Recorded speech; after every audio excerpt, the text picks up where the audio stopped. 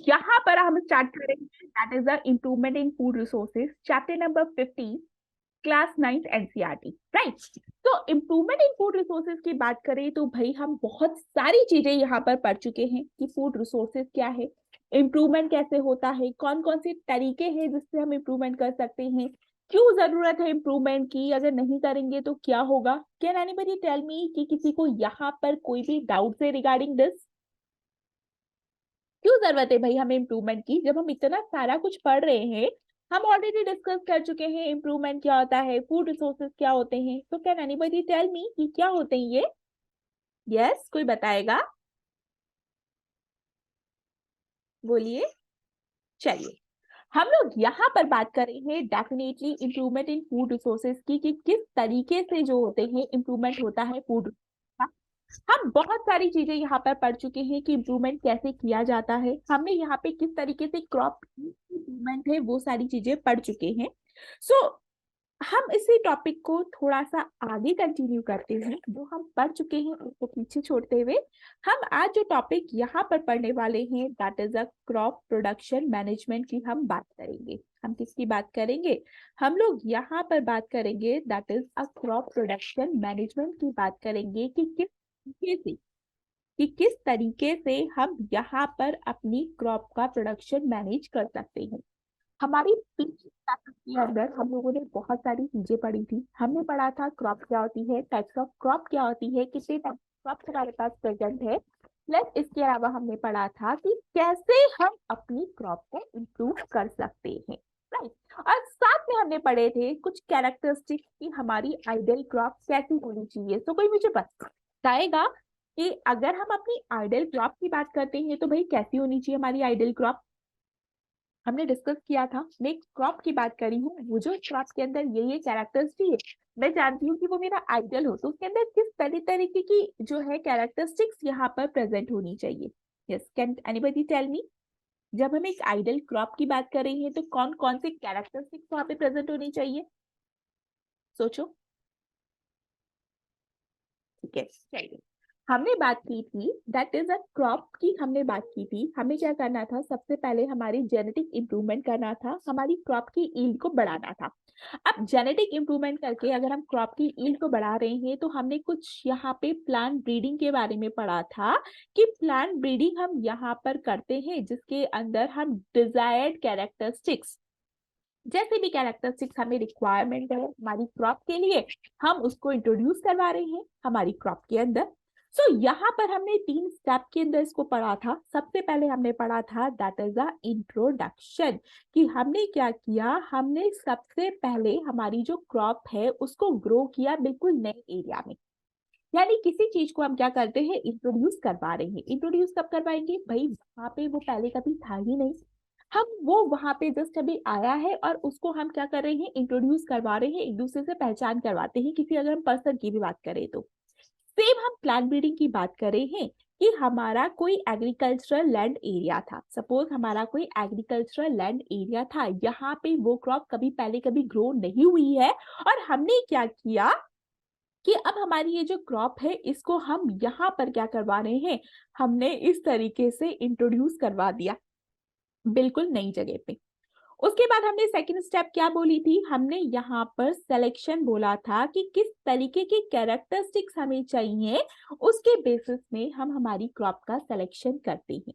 कैसे भी हमारी जो रिक्वायरमेंट है, किस तरीके की हमें कैरेक्टरिस्टिक्स चाहिए, भाई हमारे कोई ना कोई डिजायर्ड कैरेक्टरिस्टिक्स तो होंगे, हम क्रॉप को ग्रो कर रहे हैं, हम लोग प्लांट ब्रीडिंग कर रहे हैं, यानी हम लोग क्या कर रहे हैं, हमारे डिजायर्ड कैरेक्टरिस्टिक्स उस प्लांट के अंदर डाल रहे हैं। अब जब इतनी सारी चीजें हम कर रहे हैं कि हम हमारा डिजायर्ड कैरेक्टरिस्टिक उस प्लांट के अंदर डाल रहे हैं, हम वो कैरेक्टरिस्टिक्स अगर उसके अंदर इंट्रोड्यूस करवा रहे हैं, तो भाई हमें सेलेक्ट भी तो करना पड़ेगा जो क्रॉप हमने इस लैंड एरिया पे क्या की है। ये हमारा एक लैंड एरिया था, यहाँ पे हमने जो क्रॉप इंट्रोड्यूस की है, अब उसमें से हम सेलेक्ट करेंगे कि हमारी इनमें से जो डिजायर्ड क्वालिटी हमें चाहिए, जो डिजायर्ड कैरेक्टरिस्टिक्स हमें चाहिए, वो इनमें से हम सेलेक्ट करेंगे। आफ्टर सिलेक्शन हमने क्या किया कि वो जो 2 डिफरेंट या 3 डिफरेंट जो भी आप स्ट्रीम सेलेक्ट कर रहे हैं, आप उसका क्या करवाएंगे, that is the hybridisation. Hybridisation का मतलब आपने क्या कर दिया, उन दो डिफरेंट क्रॉप के बीच में आपने क्रॉस करवा दिया। आपने क्या कर दिया, आपकी यहाँ पर क्रॉप 1 को क्रॉस करवा दिया क्रॉप 2 के साथ में, ताकि दोनों की कैरेक्टरिस्टिक आपकी इस नई क्रॉप के अंदर हो, जिसको हमने नेम दे दिया 1-2, या इसको हम बोल देते हैं दैट इज अ हाइब्रिड। ठीक है, सो ये तो था हमारा प्लांट ब्रीडिंग। अब प्लांट ब्रीडिंग हमने क्यों की, ताकि हम जेनेटिक इंप्रूवमेंट कर सके, ताकि हम जो डिजायर्ड क्वालिटीज है उसको इंट्रोड्यूस कर सके। फिर हम बात करते हैं भाई, अगर हम अच्छी से अच्छी क्वालिटी की सीड भी अगर हम डेवलप कर लेते हैं, अच्छी ब्रीड भी अगर हम डेवलप कर देते हैं, लेकिन फिर भी हमें इंप्रूवमेंट करने की जरूरत है, हमें फिर भी कुछ ना कुछ ध्यान देने की जरूरत है, किस चीज की जरूरत है। तो हमने यहाँ पर पढ़ा क्रॉप प्रोडक्शन मैनेजमेंट। भाई हमें क्रॉप के प्रोडक्शन पे ध्यान देना है। अब क्रॉप के प्रोडक्शन पे ध्यान देना है, तो यानी कि हमें कुछ स्टेप का यहाँ पर ध्यान देना पड़ेगा। तो पहला स्टेप क्या है यहाँ पर, that is a nutrient management की हम बात करते हैं, कि हमें इनके जो न्यूट्रिएंट्स है वो प्रॉपरली हमें मैनेज करने पड़ेंगे। हमारे प्लांट्स को जिन न्यूट्रिएंट्स की रिक्वायरमेंट है, हमें वो न्यूट्रिएंट्स यहाँ पे प्रोवाइड करवाने हैं। That is the nutrient management, कि किस तरीके के न्यूट्रिएंट है उस क्रॉप को चाहिए, वैसे न्यूट्रिएंट्स अगर हम प्रोवाइड करवाएंगे तो डेफिनेटली हमारी जो क्रॉप है उसकी अच्छी होगी, क्योंकि हमारी सॉइल की फर्टिलिटी अच्छी रहेगी उस पर्टिकुलर न्यूट्रिएंट को प्रोवाइड करने से। सेकेंड, इसके अलावा सिर्फ हम न्यूट्रिएंट मैनेजमेंट की बात नहीं करते भाई, हमें न्यूट्रिएंट के साथ साथ इनको टाइम टू टाइम क्या करना है, इरिगेट भी करना है। यानी यहाँ पर हम बात कर रहे हैं कि हमें टाइम टू टाइम इनको क्या करना है, इरिगेशन भी करना है। और इरिगेशन के साथ साथ अगर हम बात करें तो हमें क्या करना है, इरिगेशन के साथ साथ हमें टाइम टू टाइम यहाँ पर क्रॉपिंग पैटर्न्स को भी फॉलो करना है। हमें क्या करना है, हमें क्रॉपिंग पैटर्न्स को भी फॉलो करना है, ताकि हमारा जो ओवरऑल मैनेजमेंट है क्रॉप को प्रोड्यूस करने का वो बहुत अच्छे से हो पाए, हमारी क्रॉप का प्रोडक्शन बहुत अच्छे से हो पाए, हमारी जो यील्ड है, जो उपज है वो बहुत अच्छी हो, ताकि हमारी इस बढ़ती हुई पॉपुलेशन की नीड को फुलफिल कर सके। और यही तो हमारा मोटो है, क्या है, that is the improvement in food resources, कि हमें हमारे फूड रिसोर्सेज के अंदर इम्प्रूवमेंट लेकर आना है। राइट ये क्लियर है सबको, यहाँ पर किसी की कोई क्वेरीज, कोई डाउट है? यस किसी को कुछ पूछना है? नहीं, किसी की कोई डाउट नहीं है, चलिए अब हम यहाँ पर बात करते हैं। सबसे पहली चीज हम यहाँ पर बात कर रहे हैं न्यूट्रिएंट मैनेजमेंट की, कि न्यूट्रिएंट मैनेजमेंट क्या होता है। तो भाई न्यूट्रिएंट मैनेजमेंट यानी हमारे प्लांट को जितने भी न्यूट्रिएंट्स की रिक्वायरमेंट होती है, जितनी भी एलिमेंट्स की रिक्वायरमेंट होती है, वी हैव ऑलरेडी डिस्कस कि प्लांट के अंदर 40 एलिमेंट्स प्रेजेंट होते हैं, लेकिन इस 40 एलिमेंट्स में से प्लांट को 16 एलिमेंट्स की रिक्वायरमेंट होती है। किसकी रिक्वायरमेंट होती है, 16 एलिमेंट्स की रिक्वायरमेंट होती है, जो 3 इनको किससे मिलता है, एयर एंड वाटर से मिलता है, और बाकी के जो 13 एलिमेंट्स है वो इनको किससे मिलते हैं, सॉइल से। और ये 13 एलिमेंट्स को भी हमने किसमें डिवाइड किया था, हमने इसे डिवाइड किया था कि कौन सा एलिमेंट कितनी क्वांटिटी में चाहिए। जो एलिमेंट्स हमें ज्यादा क्वांटिटी में चाहिए उसको हमने क्या बोल दिया, that is a macro nutrient, उसको हमने क्या बोल दिया, मैक्रो न्यूट्रिएंट। और जो एलिमेंट हमें कम क्वांटिटी के अंदर चाहिए था उसको हमने क्या बोल दिया था, उसको हमने बोला था that is a micro nutrient, हमने यहाँ पे नाम दिया। राइट और इसके अंदर हमने पढ़ा कि कौन कौन से मैक्रो न्यूट्रिएंट्स होते हैं। तो हमने पढ़ा nitrogen, phosphorus, potassium, calcium, magnesium, sodium, magnesium. ठीक है, ये हमने इसकी पढ़ी। ठीक है, अब माइक्रोन्यूट्रिएंट की बात करें तो भाई माइक्रोन्यूट्रिएंट को कौन से न्यूट्रिएंट्स की रिक्वायरमेंट होती है, तो हमने पढ़ा था iron, zinc, manganese, molybdenum, boron, copper. ठीक है, ये हमने इसके अंदर पढ़े थे। यानी हमने मैक्रो और माइक्रो न्यूट्रिएंट की बात की कि हमारे प्लांट्स को क्या चाहिए, मैक्रो न्यूट्रिएंट भी चाहिए और साथ में क्या चाहिए, माइक्रो न्यूट्रिएंट भी चाहिए। यानी हमें यहाँ पर क्या करना है, हमें यहाँ पर न्यूट्रिएंट को मैनेज करते हुए चलना है, कि हम जो न्यूट्रिएंट यहाँ पे यूज कर रहे हैं वो प्रॉपरली मैनेज होने चाहिए। वो कैसे होने चाहिए, वो प्रॉपरली यहाँ पर मैनेज होनी चाहिए and this is about A nutrient management. Nutrient management हमने बोल दिया कि हमारे प्लांट्स को मैक्रोन्यूट्रिएंट भी चाहिए, माइक्रोन्यूट्रिएंट भी चाहिए। अभी हम प्रोवाइड कैसे करवाएंगे भाई? यस, हम कैसे इनको प्रोवाइड करवाएंगे? हम न्यूट्रिएंट मैनेजमेंट यहाँ पर कर रहे हैं। हमारे प्लांट्स को जो भी एसेंशियल न्यूट्रिएंट्स की रिक्वायरमेंट होती है वो हम इनको यहाँ पर क्या प्रोवाइड करवा रहे हैं। अब इनको प्रोवाइड करने के लिए हम किस फॉर्म में करवाएंगे? Yes, can anybody tell me कि न्यूट्रिएंट मैनेजमेंट या न्यूट्रिएंट जो हमें प्लांट की रिक्वायरमेंट है वो हम कैसे प्रोवाइड करवाते हैं? यस, सोचो कैसे प्रोवाइड करवाएंगे, बोलो। कृतिका, नमन, राजविंदर, अमन, सपना, सचिन, राजेश, महर, लविता, अन्वी, बताओ कैसे हम प्रोवाइड करवाएंगे? मैं बताती हूँ उसको कैसे प्रोवाइड करवाएंगे। With the help of, we are talking about that is a manure, या हम बात कर रहे हैं with the help of fertilisers. हमारी जो भी यहाँ पर असेंशियल न्यूट्रिएंट है उनको प्रोवाइड करने के लिए हमें क्या चाहिए? हमें चाहिए मैन्योर या चाहिए फर्टिलाइजर, राइट। तो इन न्यूट्रिएंट मैनेजमेंट करना है हमारे प्लांट्स को, वो सारे न्यूट्रिएंट चाहिए जिनकी उनको रिक्वायरमेंट है, तो वो कैसे प्रोवाइड करवा सकते हैं? या तो हम मैन्योर यूज कर सकते हैं या हमारे एग्रीकल्चर में हम क्या कर सकते हैं? फर्टिलाइजर्स यूज कर सकते हैं। अब मैन्योर और फर्टिलाइजर्स की बात करें तो भाई इसको भी हमें सोच समझ के यूज करना है। ऐसा नहीं है कि हम अपनी मर्जी से कितना भी डाल दें। मैन्योर को अगर आप थोड़ा ज्यादा भी डाल दोगे तो ज्यादा इफेक्ट नहीं आएगा, बट फर्टिलाइजर्स को अगर आप डालते हो तो डेफिनेटली आपकी क्रॉप को नुकसान हो सकता है। So let us talk about manures and fertilisers कि मैन्योर्स क्या होते हैं, फर्टिलाइजर्स क्या होते हैं। Let us talk about that. यहाँ पर सबसे पहले हम बात करते हैं मैन्योर की। अब मैन्योर की अगर हम बात कर रहे हैं तो भाई बताने की जरूरत तो है नहीं कि this is a organic material. भाई ये क्या है? ये हमारा एक ऑर्गेनिक मटेरियल है। अब जब हम ऑर्गेनिक मटेरियल की बात कर रहे हैं तो डेफिनेटली ये जो हमारे डेड लीव्स होती हैं, हमारा एग्रीकल्चरल वेस्ट होता है, हमारा जो किचन वेस्ट होता है, उसके थ्रू ये बनता है। हम किसकी बात कर रहे हैं? मैन्योर की, जो कि डिकम्पोजिशन रिएक्शन से बनता है। हमारा जो भी क्या होता है, एग्रीकल्चरल वेस्ट है, फार्म वेस्ट है, हमारा किचन वेस्ट है, उसको जब आप डिकम्पोज करते हैं तो हमारा क्या हो रहा है? मैन्योर का formation, right. We all know about that. अब मैन्योर की अगर हम बात करते हैं तो भाई मैन्योर के अंदर बहुत सारी चीजें होंगी। सबसे पहली बात तो ये जो मैन्योर होता है ये होता है आपका इको फ्रेंडली। भाई इको फ्रेंडली है, हमारे एनवायरमेंट को नुकसान नहीं पहुंचा रहा है, हमारे किसी भी तरीके के एनिमल्स को इतना नुकसान नहीं पहुंचाता है, कुछ केसेस को छोड़ के। इसके अलावा हम बात करें तो भाई ये हमारे लिए पॉकेट फ्रेंडली भी है, क्योंकि हमें ज्यादा कुछ खर्च नहीं करना पड़ रहा। हमें ज्यादा कुछ खर्च नहीं करना पड़ रहा है, बिकॉज हमारा जितना भी एग्रीकल्चरल वेस्ट है, जितना भी फार्म वेस्ट है, या अगर हम बात करते हैं कि जितना भी हमारा किचन वेस्ट है, हमें उसे डिकम्पोज ही तो करना है।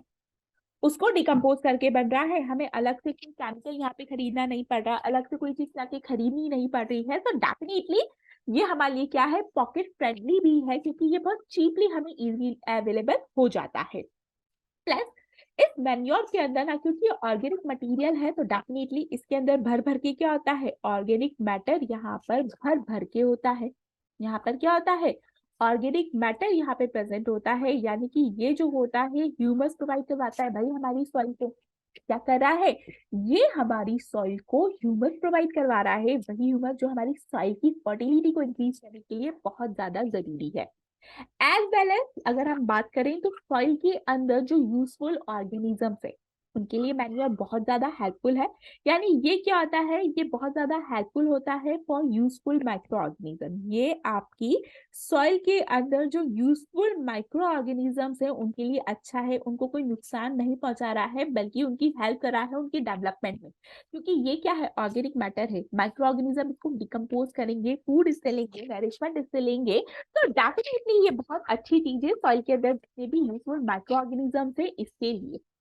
हमारी सॉइल की माइक्रो ऑर्गेनिजम्स की अगर हम बात करें, हम बैक्टीरिया की बात करें, फंगाई की बात करें, सिर्फ इन्हीं के नहीं, ये तो हमारे अर्थवॉर्म के लिए भी बहुत अच्छा है।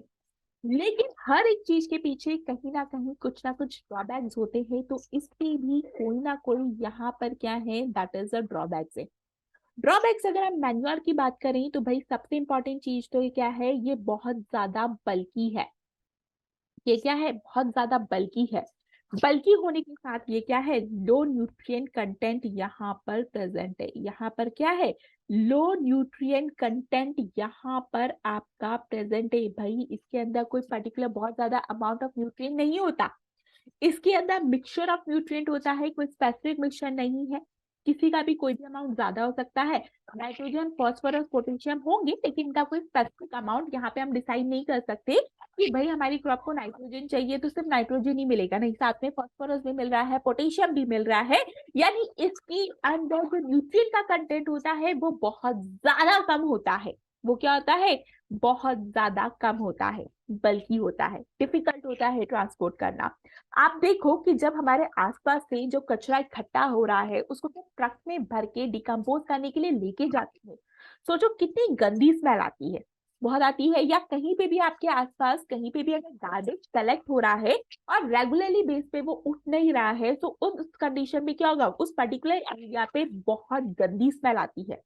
तो सोचो इसको जब ट्रांसपोर्ट कर रहे होंगे तो कितनी गंदी स्मेल आएगी, राइट। और यही वजह है कि इसको ट्रांसपोर्ट करना थोड़ा सा मुश्किल होता है, लो न्यूट्रिएंट कंटेंट होते हैं और ये न्यूट्रिएंट स्पेसिफिक भी नहीं होते। थर्ड अगर हम बात करें, नॉट नो न्यूट्रिएंट स्पेसिफिक, कोई न्यूट्रिएंट स्पेसिफिक नहीं है भाई। ये क्या है, नो न्यूट्रिएंट स्पेसिफिक भी नहीं है कि पर्टिकुलर न्यूट्रिएंट ही इसके अंदर प्रेजेंट होना चाहिए, ऐसा भी नहीं है कि हमारी सॉइल को यही न्यूट्रिएंट चाहिए तो यही मिलेगा, नहीं, ये न्यूट्रिएंट स्पेसिफिक नहीं होता। बस वर्क इतना है, because it provide organic content, तो डेफिनेटली आप इसको अगर लार्ज क्वांटिटी में भी डाल देंगे तो नुकसान नहीं है। आप अपने घर में इजीली इसको प्रिपेयर कर सकते हैं, इको फ्रेंडली है, पॉकेट फ्रेंडली है, एनवायरमेंट को नुकसान नहीं करेगा नॉर्मली, और डेफिनेटली हमारी सॉइल की यूजफुल माइक्रो ऑर्गेनिजम्स और जो ऑर्गेनिज्म सॉइल के अंदर भी क्या है, हेल्पफुल है। लेकिन ड्रॉबैक्स भी साथ में यहाँ पर प्रेजेंट है, right. So this is about the manure. यहाँ तो हमने किसकी बात की, मैन्योर की बात की। But again we have a different types of manure. भाई अगर हम मैन्योर की बात करते हैं तो we have a different types of manure. हमारे पास मैन्योर जो होते हैं वो डिफरेंट डिफरेंट टाइप के हो सकते हैं। Like we are talking about compost, हम कंपोस्ट की यहाँ पर बात कर सकते हैं। या हम किसकी बात करेंगे, we are talking about that is a green manure. हम किसकी बात कर रहे हैं, हम ग्रीन मैन्योर की बात कर रहे हैं। Can anybody tell me compost क्या होता है, ग्रीन मैन्योर क्या होता है, और क्यों हमने इसको डिफाइन किया है, क्यों क्लासिफाई किया है, क्या फायदा है इनका? Yes, can anybody tell me compost क्या है? भाई कंपोस्ट तो ऑलमोस्ट सब बनाते हैं। Okay, one answer is there. Yes, compost means underground. Good, underground हमने क्या किया, डेफिनेटली हम घर पे भी तैयार कर सकते हैं।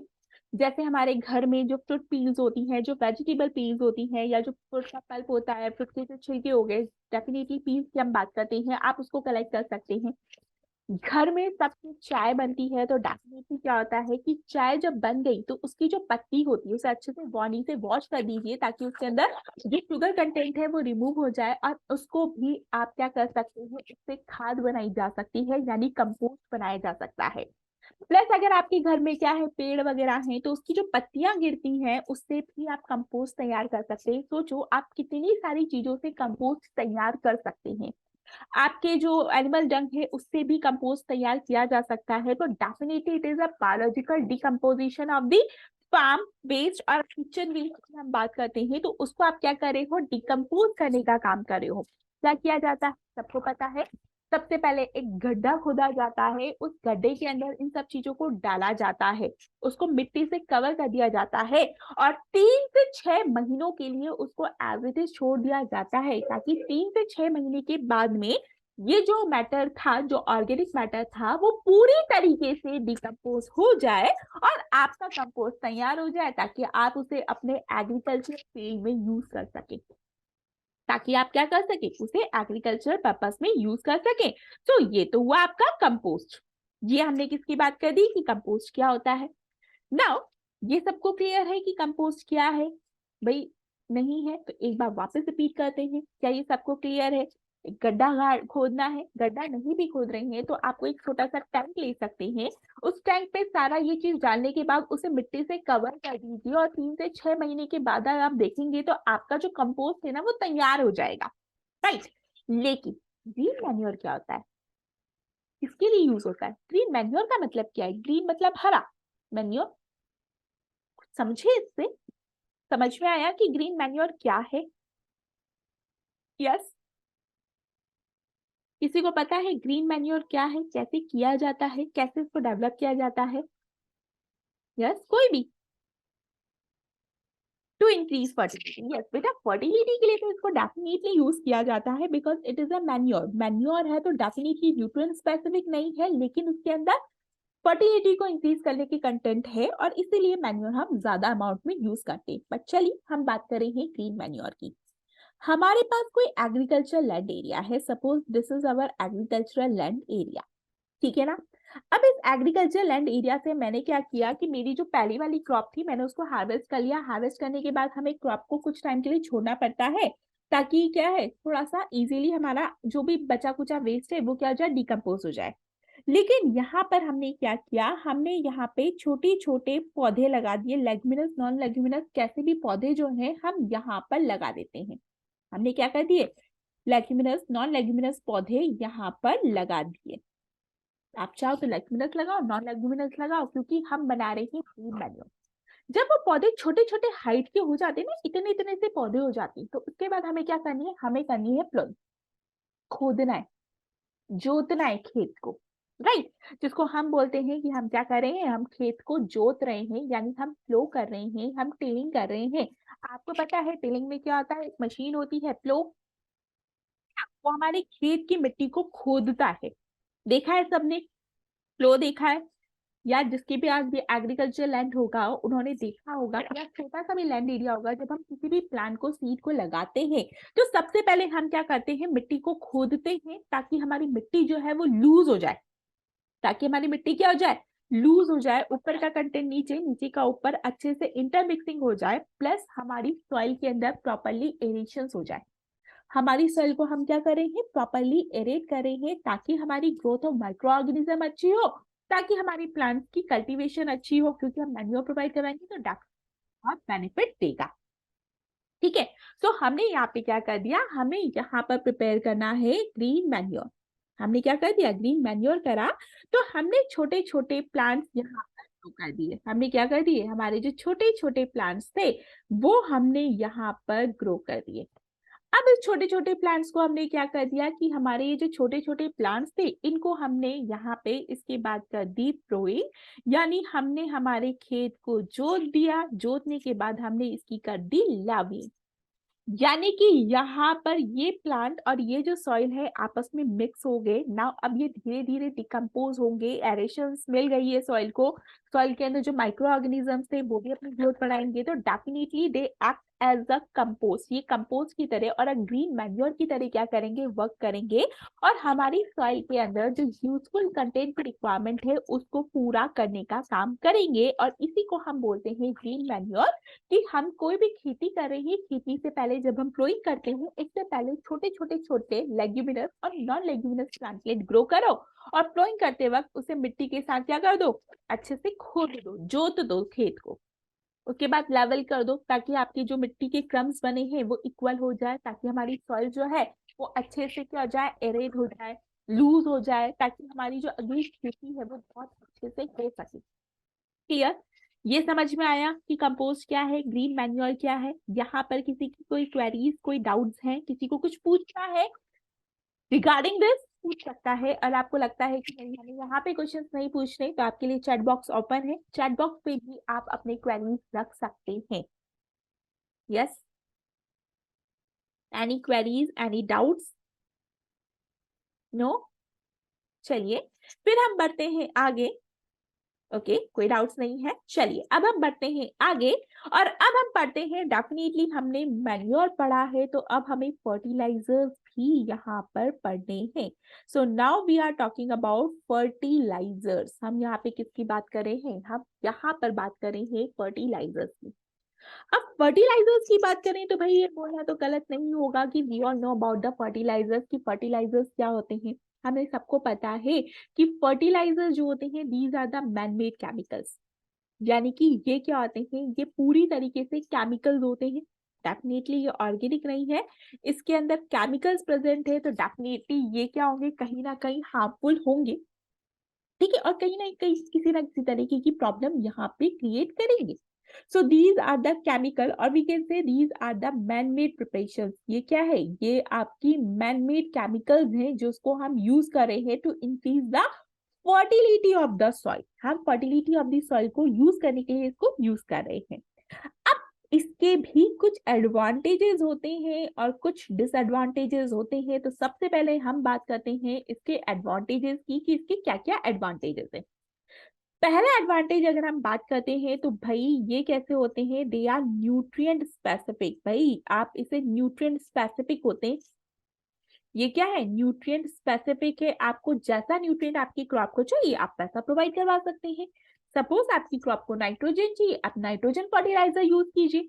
अगर आपकी क्रॉप को फास्फोरस चाहिए आप फास्फोरस फर्टिलाइजर्स यूज कीजिए। पोटेशियम तो पोटेशियम फर्टिलाइजर्स यूज कीजिए। और अगर तीनों चाहिए तो तीनों का मिक्सचर एनपीके फर्टिलाइजर्स आप यूज कर सकते हैं। यानी कि ये जो होते हैं they are nutrient specific. Nutrient specific है, आपको जैसा न्यूट्रिएंट चाहिए वैसा न्यूट्रिएंट फर्टिलाइजर आप यहाँ पर प्रोवाइड करवा सकते हैं।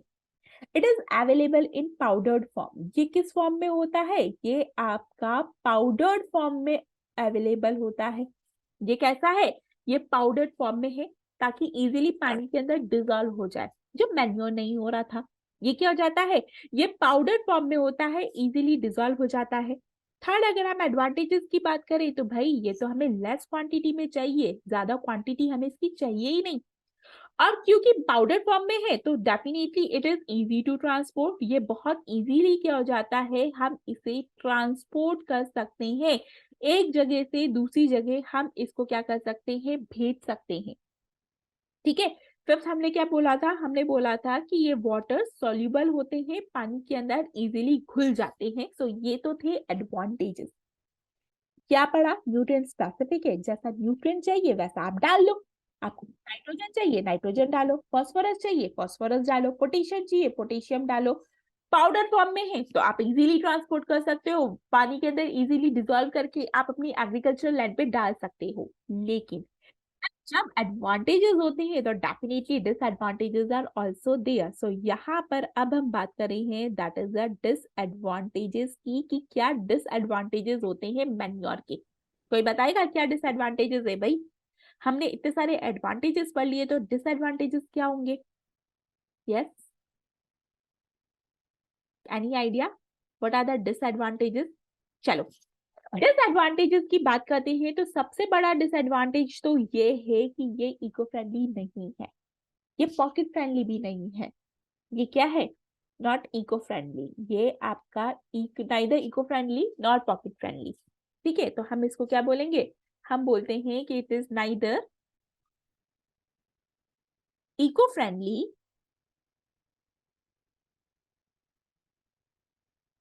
Nor pocket friendly. ना ये क्या है, पॉकेट फ्रेंडली है भाई, क्योंकि डेफिनेटली फर्टिलाइजर्स महंगे आते हैं। तो ये आपका पॉकेट फ्रेंडली भी नहीं है और एनवायरमेंट को नुकसान भी पहुंचाता है, because they are ultimately chemicals. होता क्या है, आपने फर्टिलाइजर डाला लेकिन फर्टिलाइजर प्रॉपरली वॉश आउट तो नहीं हो रहा, आपकी क्रॉप के अंदर कहीं ना कहीं तो आ गया है। अब आप उस क्रॉप को कंज्यूम कर रहे हो तो डेफिनेटली फर्टिलाइजर्स के अंदर जो केमिकल है आप उसको भी तो कंज्यूम कर रहे हैं। और हो सकता है कि वो केमिकल कहीं ना कोई ऐसी बहुत ड्रास्टिक डिजीज भी आपको कॉज कर सकता है। हो सकता है इसकी वजह से ऑर्गन फेलियर हो जाए, बॉडी में कई तरीके की प्रॉब्लम्स हो सकती है, कैंसर की खतरा हो सकता है, न्यूरोलॉजिकल प्रॉब्लम्स हो सकती है, एंड मच मोर प्रॉब्लम जो है वो हो सकती है ड्यू टू द केमिकल्स। और ये केमिकल्स क्योंकि हम क्या है, एक बार तो क्रॉप खा नहीं रहे, हम बार बार फर्टिलाइजर्स यूज कर रहे हैं अपनी क्रॉप को ग्रो करने के लिए, और हम फर्टिलाइजर्स यूज कर रहे हैं उस क्रॉप को हम खा भी रहे हैं। तो धीरे धीरे धीरे वो केमिकल हमारी बॉडी के अंदर एक्यूमुलेट होता है और हमें कई तरीके की प्रॉब्लम क्रिएट कर सकता है। We can say it is neither eco friendly not pocket friendly. ठीक है, इसके अलावा डेफिनेटली इट इज हार्मफुल। ये क्या है, harmful for useful soil micro organism. Harmful for soil micro organism, soil के अंदर जो माइक्रो ऑर्गेनिजम्स प्रेजेंट है उनके लिए ये हार्मफुल हो सकता है भाई। उनकी ये क्या कर सकता है, डेथ कॉज कर सकता है, बिकॉज ये केमिकल है, नुकसान करेगा। नुकसान करेगा तो डेफिनेटली आपका कोई भी फर्टिलाइजर या तो बहुत ज्यादा एसिडिक हो सकता है या बेसिक हो सकता है। एसिडिक हो तो भी प्रॉब्लम है, बेसिक हो तो भी प्रॉब्लम है, राइट। एसिडिक होगा तो डेफिनेटली हार्म पहुंचाएगा, बेसिक होगा तो क्या करेगा, वाटर बाहर निकल जाएगा जिसकी वजह से विल्टिंग हो सकती है, प्लांट मुरझा सकता है। तो दोनों ही कंडीशन हमारे लिए क्या है, हार्मफुल है। प्लस इसके साथ साथ it is also responsible for causing water pollution, ये वाटर पॉल्यूशन भी करता है, और it is also responsible for causing eutrophication, ये यूट्रोफिकेशन भी कॉज करता है। कितने लोगों ने यूट्रोफिकेशन की टर्म सुनी है, रेज योर हैंड्स, कितने लोगों ने सुनी है यूट्रोफिकेशन? यस, सुना है। चलो हम यहाँ पर बात कर रहे हैं यूट्रोफिकेशन की, कि यूट्रोफिकेशन क्या होता है, कैसे काम करता है। यहाँ पे हमने फर्टिलाइजर्स की बात की है कि फर्टिलाइजर्स बेसिकली केमिकल होते हैं नेचर में, केमिकल है, मैनमेड चीजें हैं, तो डेफिनेटली केमिकल्स नुकसान पहुंचाते हैं, कई तरीके की बॉडी में नुकसान पहुंचा सकते हैं अगर ये हमारी बॉडी के अंदर एक्यूमुलेट हो गए, क्योंकि हम केमिकल्स को क्या कर रहे हैं, हम ये जो फर्टिलाइजर्स हैं जो कि केमिकल वाले हैं इसको हम अपनी क्रॉप के अंदर डाल रहे हैं, क्रॉप ने इसको अपना एब्जॉर्ब कर लिया, इसकी वजह से क्रॉप जो हम खा रहे हैं उसके अंदर वो केमिकल कहीं ना कहीं प्रेजेंट है, और हमारी लाइफ टाइम कितनी बार वो क्रॉप खा रहे हैं तो कितनी बार वो केमिकल हमारी बॉडी के अंदर जाएगा, हमारी बॉडी के अंदर एक्यूमुलेट होगा और हमें कई तरीके की प्रॉब्लम वहां पर क्रिएट कर सकता है, जैसे ऑर्गन फेलियर के चांसेस हो सकते हैं, कैंसर का खतरा बढ़ सकता है, न्यूरोलॉजिकल प्रॉब्लम्स बढ़ सकती है, and many more such things यहाँ पर हो सकती है। अब हम यहाँ पर बात कर रहे हैं सबसे पहले, that is what is eutrophication. भाई यूट्रोफिकेशन क्या है, बहुत सारे लोगों ने यूट्रोफिकेशन सुना होगा, और यूट्रोफिकेशन नहीं भी सुना है तो तो सुना ही होगा। यहाँ पर हम बात कर रहे हैं यूट्रोफिकेशन, या हम बात करते हैं that is a algal Bloom.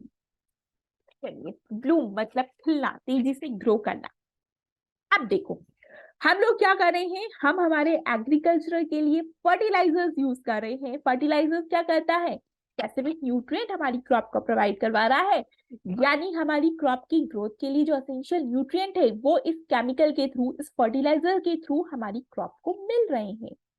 और क्रॉप को मिल रहे हैं तो अगर आप गलती से एक्सेस ऑफ फर्टिलाइजर डाल देते हैं तो वो क्या होगा, सपोज ये हमारा क्या है, इसको हम ऐसे समझते हैं ये हमारा एग्रीकल्चरल लैंड एरिया है, इसके पास में अगर हम बात करें तो भाई यहाँ पर हमारी ये क्या है, ये हमारी वाटर बॉडी है, दिस इज व्हाट, ये हमारी क्या है, ये वाटर बॉडी है। हमने यहाँ पर क्या किया था, ये हमारा क्या है, ये हमारी फील्ड है, क्रॉप फील्ड है, जहां पे हम हमारी क्रॉप को ग्रो करें। हमने यहाँ पर क्या अप्लाई किया, हमने यहाँ पे फर्टिलाइजर अप्लाई किया। अब क्या हुआ, फर्टिलाइजर अप्लाई तो कर दिया, बारिश आ गई, बारिश की वजह से हो सकता है कि ये फर्टिलाइजर ये रन ऑफ हो जाए और क्या चल जाए, ये चल जाए आपकी वाटर बॉडी पे, कहाँ चल जाए, ये आपकी वाटर बॉडीज के अंदर चल जाए। अब फर्टिलाइजर्स है, यानी कि ये हमने पढ़ा है कि ये क्या होता है, this is a nutrient specific, ये कैसा है, ये न्यूट्रिएंट स्पेसिफिक है, यानी इसके अंदर सारे न्यूट्रिएंट्स प्रेजेंट है। अब ऐसी कंडीशन में क्या होगा कि हमारी इस वाटर बॉडी में ग्रो हो रही थी एल्गी, क्या ग्रो हो रही थी, एल्गी ग्रो हो रही थी। इस एल्गी को मिल गया ये फर्टिलाइजर, फर्टिलाइजर वही जो क्या कर रहा है, सारे न्यूट्रिएंट्स कंटेन कर रहा है, तो भाई एल्गी को मिल गया फर्टिलाइजर, एसेंशियल न्यूट्रिएंट्स मिल गए, तो ये क्या करेगी, बहुत तेजी से अपनी ग्रोथ एंड डेवलपमेंट यहाँ पर करेगी, क्या करेगी, बहुत तेजी से यहाँ पर ये ग्रोथ एंड डेवलपमेंट यहाँ पर क्या करेगी, शो करेगी। भाई इस एल्गी ने क्या कर दिया, ग्रोथ एंड डेवलपमेंट स्टार्ट कर दिया, हो गया ग्रोथ एंड डेवलपमेंट स्टार्ट। भाई ये अपनी ग्रोथ कर रही है, अपना डेवलपमेंट कर रही है, जितनी तेजी से ये ग्रो करेगी उतनी तेजी से ये मरेगी भी तो सही, ग्रोथ कर ली लेकिन मरेगी भी तो सही। अब जब ये एल्गी मरेगी, क्योंकि ये एल्गी क्या है, ऑर्गेनिक मैटर है, ऑर्गेनिक मैटर जब मरता है तो डेफिनेटली इसको डिकम्पोज करने के लिए, इसको क्या है, डिकम्पोज करने के लिए यहाँ पर आएंगे आपके एरोबिक माइक्रो ऑर्गेनिजम्स, क्या आएंगे, यहाँ पर आ गए आपके एरोबिक माइक्रो ऑर्गेनिजम्स, यहाँ पर आ गए, यानी बैक्टीरिया आ गया। अब ये एरोबिक माइक्रो ऑर्गेनिज्म क्या करेगा, ये आपके क्या कर रहा है, इसको डिकम्पोज करने का काम कर रहा है। ऐसी कंडीशन में इस एरोबिक माइक्रो ऑर्गेनिज्म को क्या चाहिए, इसको तो चाहिए थी यहाँ पर ऑक्सीजन, एरोबिक है यानी कि यहाँ पर ऑक्सीजन की रिक्वायरमेंट है। ये ऑक्सीजन कहाँ से मिलेगी? ये लेगा डिजॉल्व ऑक्सीजन जो आपके पानी के अंदर प्रेजेंट है। ये क्या लेगा? ये डिजॉल्व ऑक्सीजन लेगा जो आपके वाटर के अंदर प्रेजेंट है। इस कंडीशन में पानी के अंदर डिजॉल्व ऑक्सीजन की क्या हो गई? कमी हो गई। जैसे ही डिजॉल्व ऑक्सीजन की कमी होगी, जो आपके जितने भी एक्वेटिक ऑर्गेनिजम्स हैं, हम किसकी बात कर रहे हैं? एक्वेटिक ऑर्गेनिजम्स की हम बात कर रहे हैं भाई, उनको ऑक्सीजन मिलनी कम हो गई। ऑक्सीजन मिलनी कम हो गई क्योंकि एरोबिक माइक्रो ऑर्गेनिज्म से यूज कर दी, तो धीरे धीरे बिना ऑक्सीजन के तो वो भी सर्वाइव नहीं कर पाएंगे और आपके जो एक्वेटिक एरोबिक ऑर्गेनिज्म थे वो धीरे धीरे मरने स्टार्ट हो जाएंगे। And this is known as a eutrophication और एल्गल ब्लूम। एल्गल ब्लूम का या यूट्रोफिकेशन का ये साइड इफेक्ट होता है। अब ये तो हुआ एक नॉर्मल प्रोसेस। कई बार आपने ये भी पढ़ा होगा कि एल्गी जितनी तेजी से ग्रो करती है, ये वाटर की सरफेस को कवर कर लेती है। क्या होता है? अब डेफिनेटली इसके अलावा आपने सुना है कि एल्गी बहुत तेजी से यहाँ पे ग्रो करेगी इन वाटर बॉडीज में, तो ये क्या करेगी? ऊपर ऊपर सरफेस पे प्रेजेंट होगी, यानी कि अपर सरफेस पे प्रेजेंट होगी। नीचे की सरफेस पे क्या होगा? डेफिनेटली यहाँ पर ये एक्सचेंज ऑफ ऑक्सीजन नहीं कर पाएगी। जितनी भी सनलाइट जो भी मिल रहा है वो सिर्फ अपर लेयर पे मिल रहा है, नीचे नहीं जा पाएगा, तो डेफिनेटली प्लांट फोटोसिंथेसिस नहीं कर पाएगा क्योंकि सनलाइट नहीं मिलेगी, फोटोसिंथेसिस नहीं कर पाएगा, ऑक्सीजन यही क्रिएट होगी, सेम प्रॉब्लम क्रिएट होगी।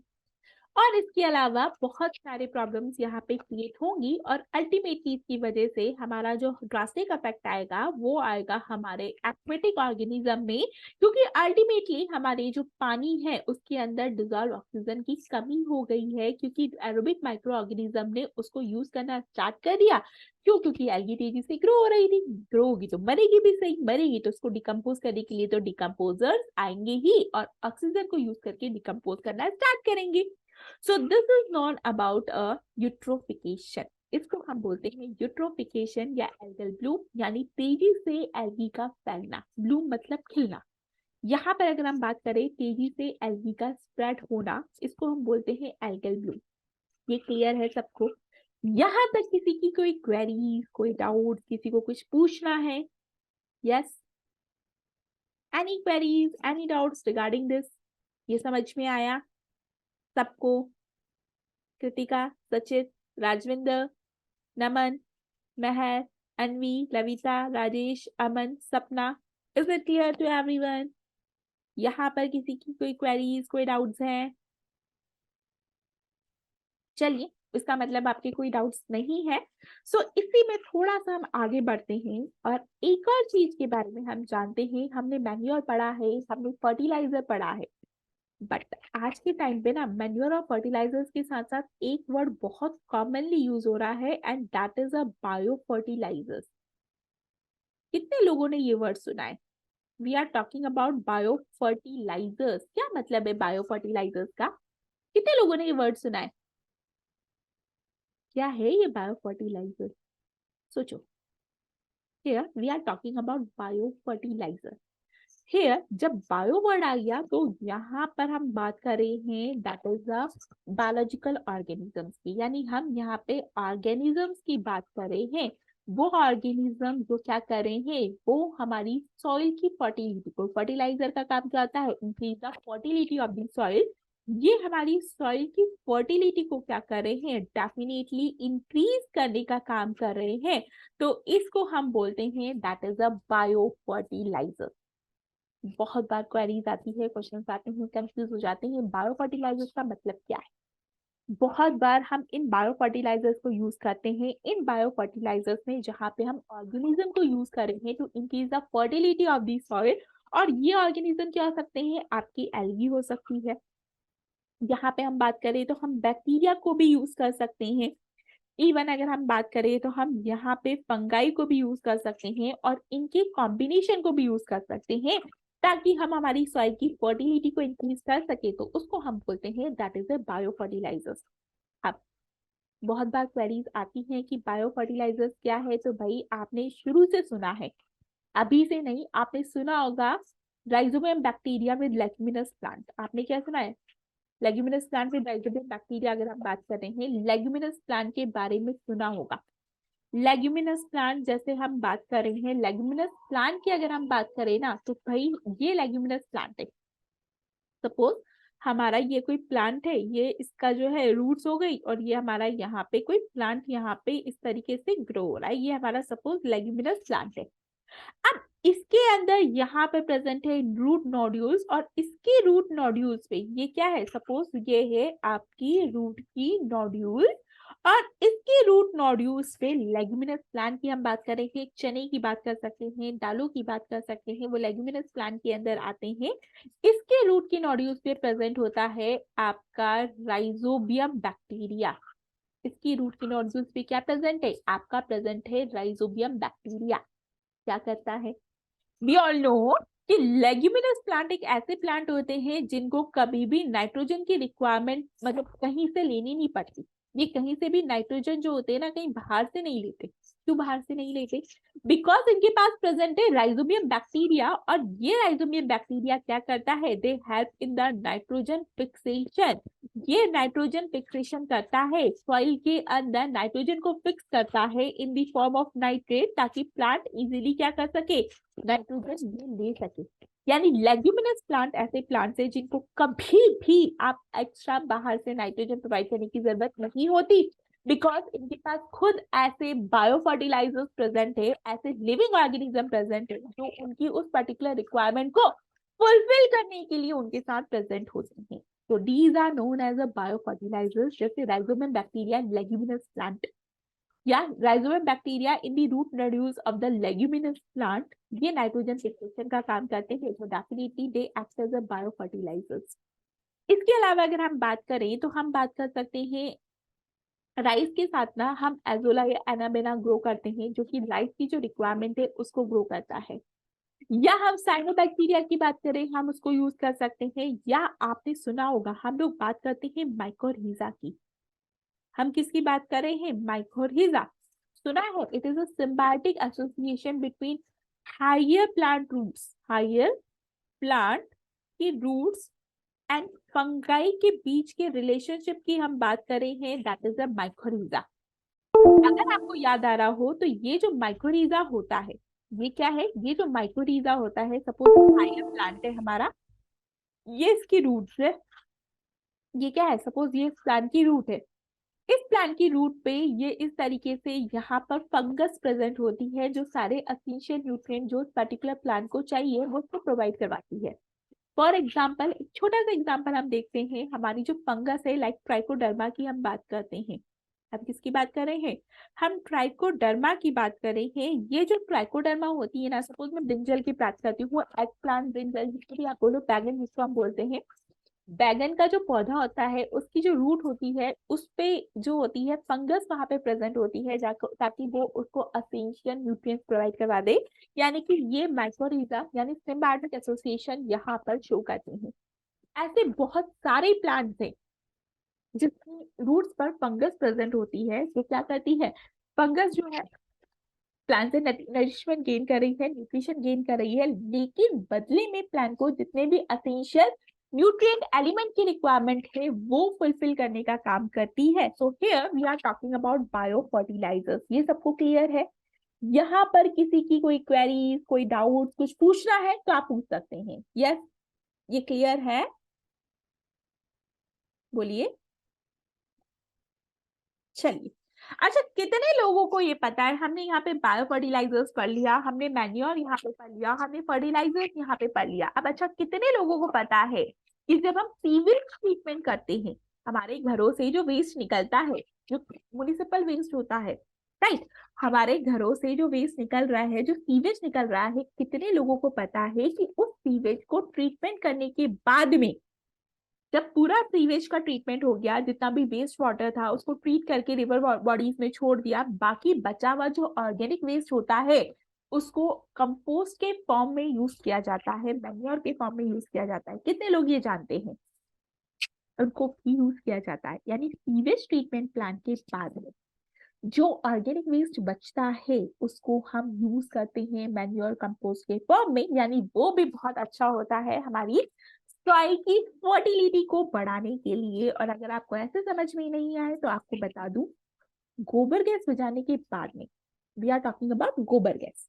सुना है ना गोबर गैस सबने, बायोगैस, गोबर गैस, ठीक है ना।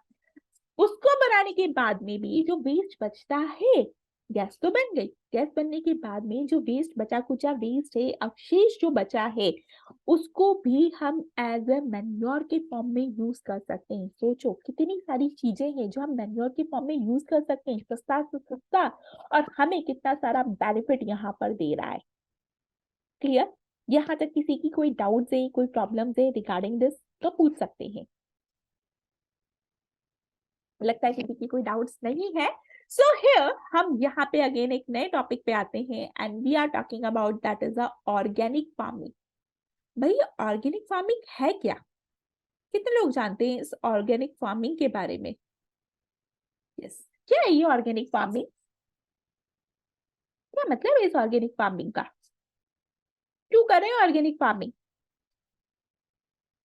बोलो। ऑर्गेनिक, आपको एक और बात बता दूं, ऑर्गेनिक फार्मिंग हम बहुत कॉमनली बोला जा रहा है, ऑर्गेनिक फार्मिंग करो, ऑर्गेनिक फार्मिंग करो, डेफिनेटली अच्छा है ऑर्गेनिक फार्मिंग, लेकिन ऑर्गेनिक फार्मिंग हमारी नीड्स को फुलफिल पूरी तरीके से नहीं कर सकता। थोड़ा सा पहले हम ऑर्गेनिक फार्मिंग के बारे में पढ़ते हैं। ऑर्गेनिक मतलब यहाँ पे किसी भी तरीके का कोई केमिकल नहीं है, so we can say no chemical, कोई केमिकल यहाँ पे प्रेजेंट नहीं है। अब केमिकल किस फॉर्म में हो सकता था? फर्टिलाइजर्स के फॉर्म में हो सकता था, तो भाई यहाँ पे हम कोई फर्टिलाइजर्स यूज नहीं कर रहे।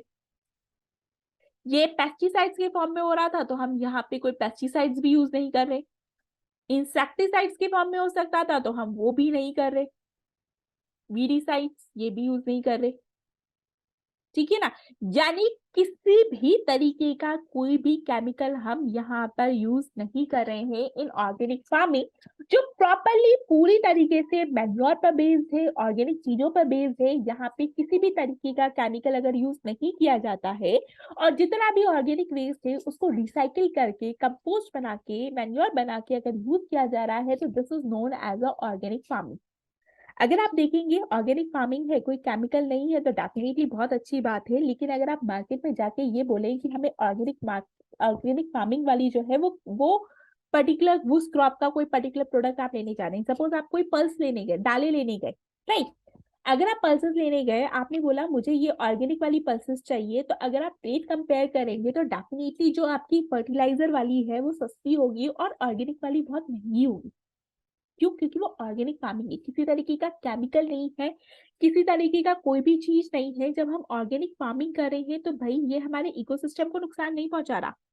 यहाँ पर हमारा जो इकोसिस्टम है वो क्या है? अनडिस्टर्ब है भाई, उसको कोई नुकसान नहीं हो रहा। हेल्दी इकोसिस्टम है, इकोसिस्टम फ्रेंडली होती है भाई ये ऑर्गेनिक फार्मिंग, क्योंकि इकोसिस्टम को कोई नुकसान नहीं पहुंच रहा। सॉइल की फर्टिलिटी को कोई नुकसान नहीं हो रहा है, सॉइल की फर्टिलिटी भी यहाँ पर क्या है? प्रिजर्व्ड है। इसके अलावा कोई हार्मफुल केमिकल्स यहाँ पे प्रेजेंट नहीं है, हार्मफुल केमिकल्स जो है वो यहाँ पर प्रेजेंट नहीं है। हमने यहाँ पे हार्मफुल केमिकल्स को पूरी तरीके से अवॉइड कर दिया है, और क्योंकि हार्मफुल केमिकल्स नहीं है तो पॉल्यूशन भी नहीं है, तो यहाँ पे पॉल्यूशन भी नहीं हो रहा। लेकिन ये ऑर्गेनिक फार्मिंग कितनी सक्सेसफुल है? अगर हम नॉर्थ इंडिया, सॉरी, अगर हम ईस्ट इंडिया की मतलब ईस्ट की बात करते हैं, हम यहाँ पे किसकी बात कर रहे हैं? हम नॉर्थ ईस्ट साइड की बात करते हैं या ईस्ट की तरफ जाते हैं, तो डेफिनेटली हम बात कर रहे हैं ऑर्गेनिक फार्म। हमारे एक ऐसा राज्य है जहाँ पे कंप्लीटली ऑर्गेनिक फार्मिंग जो है वो की जा रही है। हम किसकी बात कर रहे हैं? हमारे यहाँ पे इंडिया में एक ऐसा राज्य है, एक ऐसा स्टेट है जहाँ पे कंप्लीटली ऑर्गेनिक फार्मिंग की जा रही है। लेकिन आपको बता दूं, उस ऑर्गेनिक फार्मिंग कर तो रहे हैं वो, लेकिन वो स्टेट अपनी खुद की नीड्स को फुलफिल नहीं कर पा रहा है। वो स्टेट क्या कर रहा है? अपनी खुद की नीड्स को फुलफिल नहीं कर पा रहा है। क्यों नहीं कर पा रहा है? क्योंकि ऑर्गेनिक फार्मिंग की वजह से क्रॉप का प्रोडक्शन इतना नहीं हो पा रहा है कि वो अपनी खुद की नीड्स को फुलफिल कर पाए, तो वो एक्सपोर्ट क्या करेगा? ऐसी कंडीशंस में उसके अपने लोगों की नीड्स को फुलफिल करने के लिए उसे बाहर दूसरे स्टेट से इंपोर्ट करना पड़ रहा है भाई। दूसरी चीजों से क्या कर रहा है? इंपोर्ट कर रहा है, सामान मंगा रहा है, क्योंकि उसने पूरी तरीके से ऑर्गेनिक फार्मिंग की थी जो लोगों की नीड्स को फुलफिल नहीं कर पा रही थी, और इसलिए ऐसा हुआ है, right. So organic farming no doubt बहुत अच्छी चीज है, इकोसिस्टम फ्रेंडली है, सॉइल फर्टिलिटी को इंक्रीज करती है, हार्मफुल केमिकल्स यूज नहीं हो रही, कोई पॉल्यूशन क्रिएट नहीं कर रही है। लेकिन ये ऑर्गेनिक फार्मिंग जो होती है ये तभी पॉसिबल हो सकती है जब हम लोगों की नीड्स को प्रॉपरली फुलफिल कर पाए। लेकिन अभी ये ऑर्गेनिक फार्मिंग इतना ज्यादा एडवांस नहीं हुई है, तो आजकल ऑर्गेनिक फार्मिंग की तरफ जा रहे हैं, लेकिन अभी ये इतना ज्यादा एडवांस नहीं हुई कि लोगों की नीड्स को पूरी तरह से डेवलप कर सके। हो सकता है आने वाले टाइम पे ये काम कर सके। यहाँ तक किसी की डाउट्स, कोई queries regarding organic farming? Yes, यहाँ पे किसी की कोई डाउट है, कोई क्वेरीज है, किसी को कुछ पूछना है? कृतिका, दिव्यांशु, सचित, राजविंदर, नमन, मेहर, राजेश, अमन, सपना, अनवी, लविता, किसी को कोई डाउट्स है, किसी को कोई क्वेरीज है, कुछ पूछना है रिगार्डिंग दिस, या इससे पहले आपने जो चैप्टर पढ़ा था उसके रिगार्डिंग कोई डाउट्स है? Yes, do you have any doubts, any queries regarding this? क्या ये आपको अच्छे से क्लियर हुआ? यहाँ पर कोई डाउट्स हैं तो आप पूछ सकते हैं। Yes, is there any doubts? Okay, कोई डाउट नहीं है, किसी की कोई क्वेरीज नहीं है, सो हम आज की क्लास को यहीं पे एंड करते हैं। And that's all for the day. Next class में हम नए टॉपिक पे वापस डिस्कशन करेंगे। सो आज के लिए इतना ही।